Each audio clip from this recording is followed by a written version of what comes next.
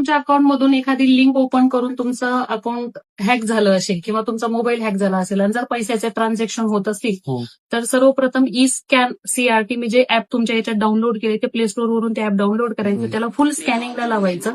त्याच्यामध्ये ज्या काही APK फाईल जे अननेसेसरी ओपन केलेले आहेत तुम्ही लिंक्स आहेत किंवा ऍप्स आहेत तर ते आपोआप अनइन्स्टॉल होतात आणि अनइन्स्टॉल झाल्यानंतर तुमचा फोन ऑन क्लिअर होतो. त्यानंतर जर आपल्याला असं लक्षात आलं की आपल्या अकाउंटमधून पैसे गेलेले आहेत तर 1930 हा सायबर हेल्पलाईन नंबर आहे, त्यावर तुम्ही कॉल करायचा, तुमची सायबर कंप्लेंट रेज करायची. कंप्लेंट जर गोल्डन अवरमध्ये रेज झाली तर तुमचे पैसे ऍज इट इज अकाउंटमध्ये ज्याही अकाउंटमध्ये गेलेले आहेत ते होल्ड होतात. त्यानंतर ती कंप्लेंट पोलीस स्टेशनला ज्या ज्युरिडिक्शनमध्ये हे झालेलं आहे तिथे ते ट्रान्सफर होते आणि मग पोलीस स्टेशनचे संपर्क करून आपण तुमचे पैसे परत मिळवू शकतो. जर 1930 ला कंप्लेंट नाही झाली तर तुम्ही सायबर पोर्टलवर जाऊन सायबर पोलीस किंवा सायबर क्राईम या पब्लिक पोर्टलला जाऊन पण तुम्ही तुमची कंप्लेंट रजिस्टर करू शकता.